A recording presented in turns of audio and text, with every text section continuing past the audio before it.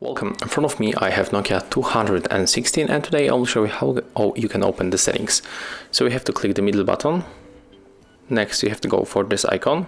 So scroll, click middle button to enter, and as you can see here we are. We can change, for example, connectivity settings, sound settings like ringtone volume, messages sound. When we go back by tapping here, we can also change display settings.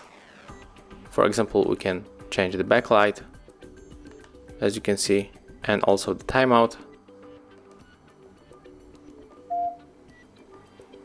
And when you click on the middle button, it will be confirmed. And basically you can find here a lot of things. Also, we can change font size. You can enable or disable notifications.